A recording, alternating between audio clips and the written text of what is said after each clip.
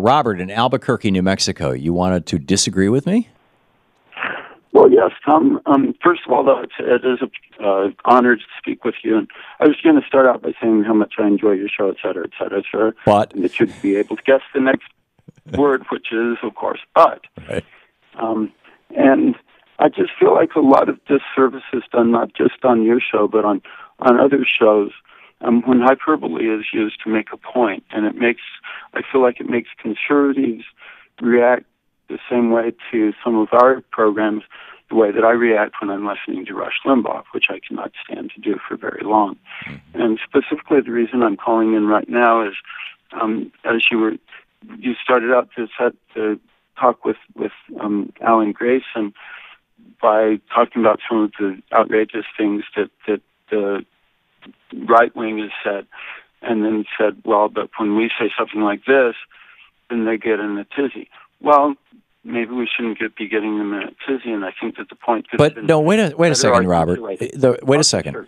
What Alan Grayson said is true. There is a large strain, a virulent and frankly cancerous strain of racism,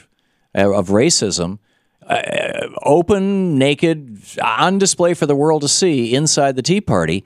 And what the right-wing response to what Alan Grayson said should have been, and frankly, I think that, if somebody said something like this about the left, this would be the left-wing response, should have been, you're right, there are some crazies in our movement, and we need to purge ourselves of them, or we need to, at the very least, disavow them.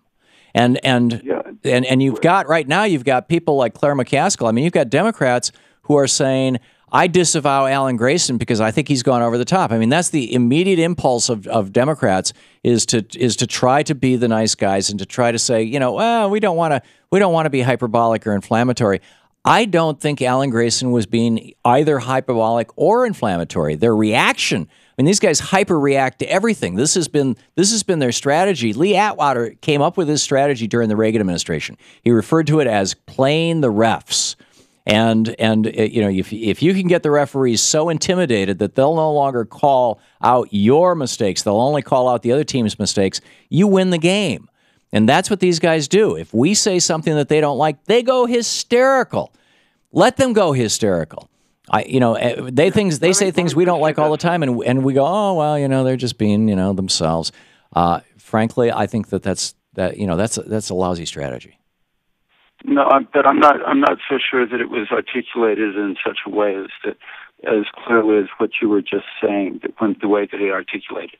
But specifically, one thing that he did say just now was he very much mischaracterized what the person had said on the Jon Stewart show the other day. Now, the guy that he was referring to, I saw that segment, and I think that he did come off as a racist. But the way that he portrayed it, I think he said that blacks shouldn't vote because they're lazy. I saw that interview, and that is not what he said. I saw that too, and the guy said, does it matter if some lazy blacks don't get to vote?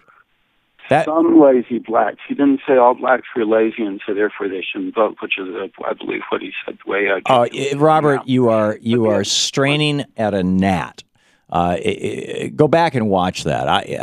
I'm respectfully, I disagree.